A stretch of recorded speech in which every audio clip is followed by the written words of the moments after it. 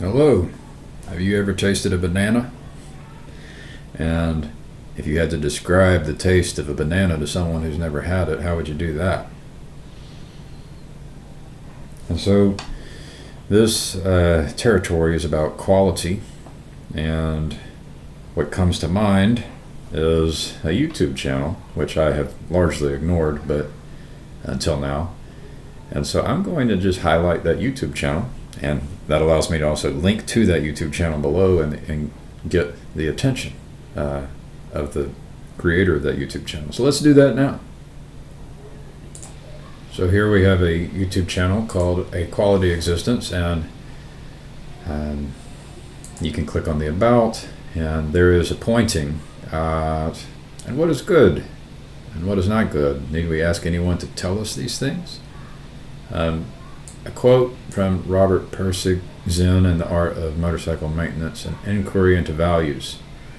A Quality Existence, this YouTube channel.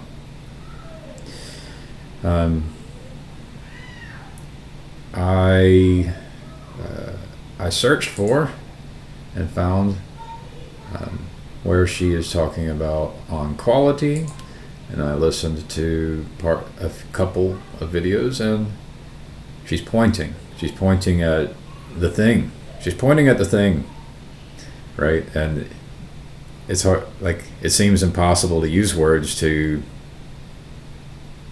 get people to taste the banana, right? And the taste of the banana is the quality.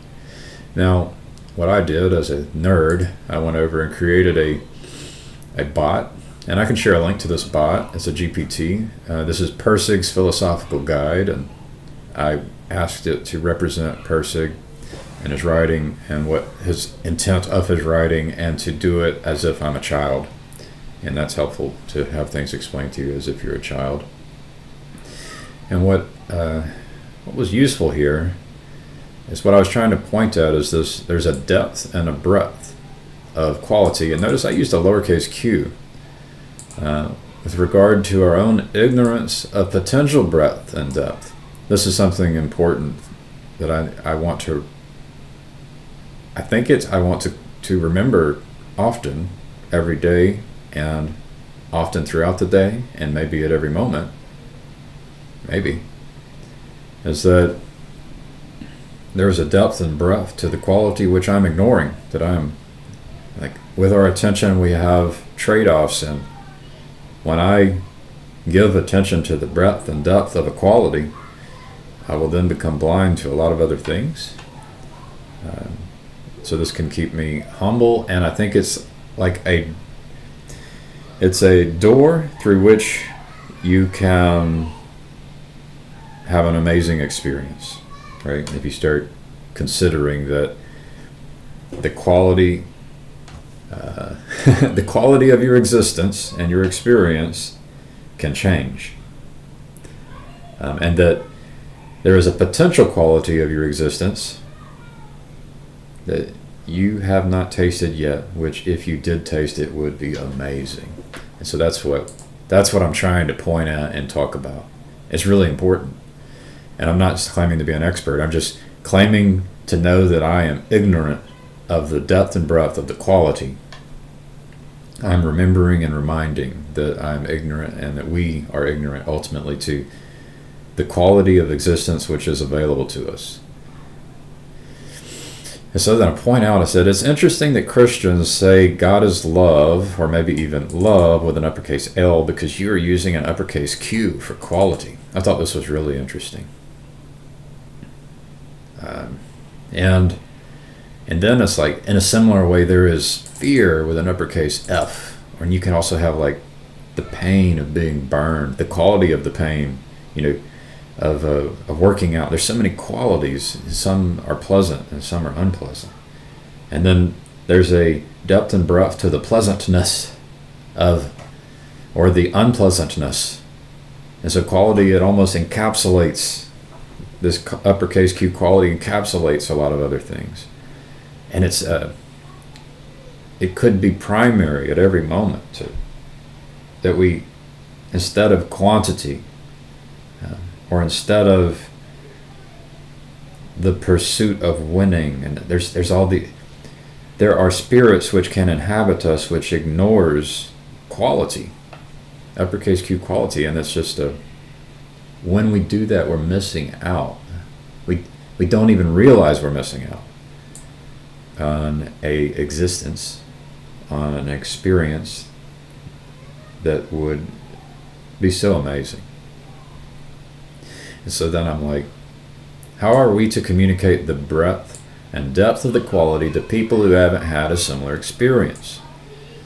And use familiar examples. So we have to get to know the person, we have to want to know the person, and we have to want to give them the gift, which is a quality of existence and experience which you were blind to, which you now understand that you want to give to someone else. And so then you, in order to be able to give it to them, you have to listen and know where they're at, and attempt to point their mind towards quality and the importance of quality. Like, this seems really important for mental health, honestly. And I've been really focused on love and agape and the depth and breadth of love. But there's more than love as well. There's joy, the joy of play. I'm going to keep going with these points. That we can tell stories that are designed for specific individual or certain group of people or audience. We can ask questions, trying to get that mind to, often if we just give a mind the answer, the mind will not appreciate it as much as if the mind found the answer themselves. The mind won't even know that the person asking the question knows there's this thing over there already that can be found, and is just attempting to get that mind to look down and see it and say, aha, I found it. Use simple language. You have to speak to the person using their language, which means you have to try and understand their language and avoid being the person that requires them to use your language, right? If you really want to give them the gift, you're not going to just be adamant about them using your language. Things just don't go well. You can't be as helpful when you do that. Draw parallels, using the experiences they've already had, and be patient and open. This is some good advice from the robot. I said, I wanted to ask this question, does public education in the United States help at all in developing humans to live each moment regarding quality as primary? There's a part of me that wants to blame. It's like, why didn't I know about this? Why wasn't this treated as the most precious thing in the world that we should be trying to give to every human in existence? The importance of quality and the importance of realizing our own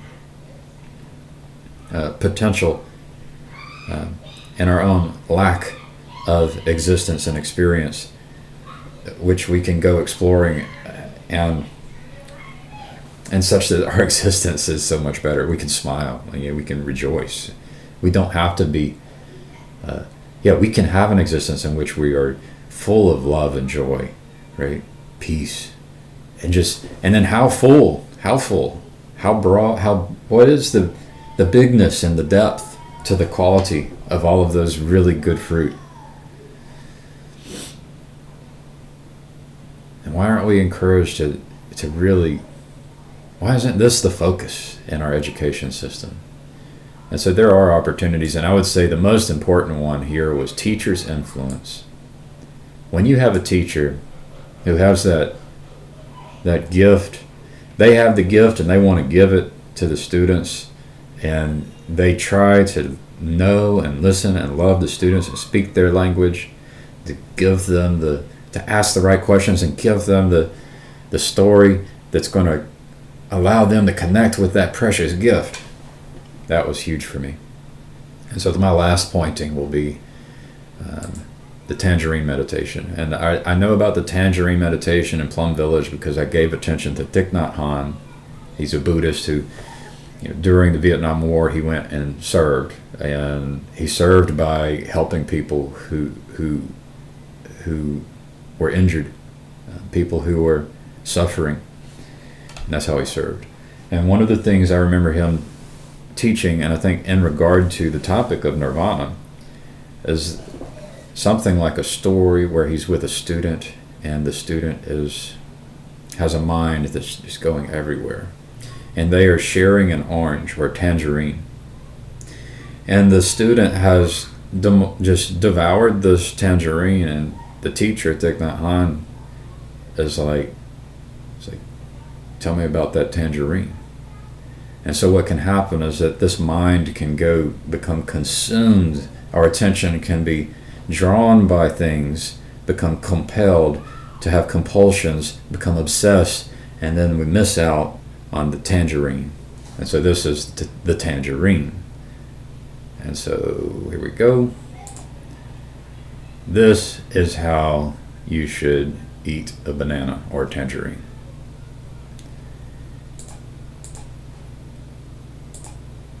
Hold your tangerine or your piece of fruit in your hand and look deeply at it. It only takes a second or two to see that this tangerine is a gift of the whole cosmos. Look at it and see the blossom on the tree, blowing in the wind, nourished by the sun and the rain, being visited from time to time by the gentle bees collecting nectar. See the tiny green fruit after the petals have fallen away. See it grow and change color as it ripens in the sun. As you begin to peel the tangerine, just enjoy the fragrant oils which are released from the skin. When you're ready, take a single segment and place it slowly in your mouth. Savor every sensation and flavor as you bite into it and the juice flows over your tongue. See how life has miraculously brought together sun, rain, earth, and sky to offer you this precious and delicious experience. Enjoy the rest of your fruit slowly and mindfully, aware of every bite, letting go of any distracting thoughts as they arise. Sometimes when we eat, we are not thinking about the food at all. We're thinking of the past, or planning for the future, or ruminating about some worry or anxiety. This moment is a moment of meditation. You are cultivating the energy of mindfulness in your life. So stop thinking about your business, about the office, or about anything that is not happening right now. Don't chew your worries, your fear, or your anger. Just chew this precious piece of fruit that has been offered to you by the cosmos. Later, when you come back to your work or your projects, you may find that you are more focused and creative. But right now, you can release any tension or worries. This moment is just to enjoy the miracle of life. Living deeply every moment of our life like this, we can be very happy. Please enjoy your snack.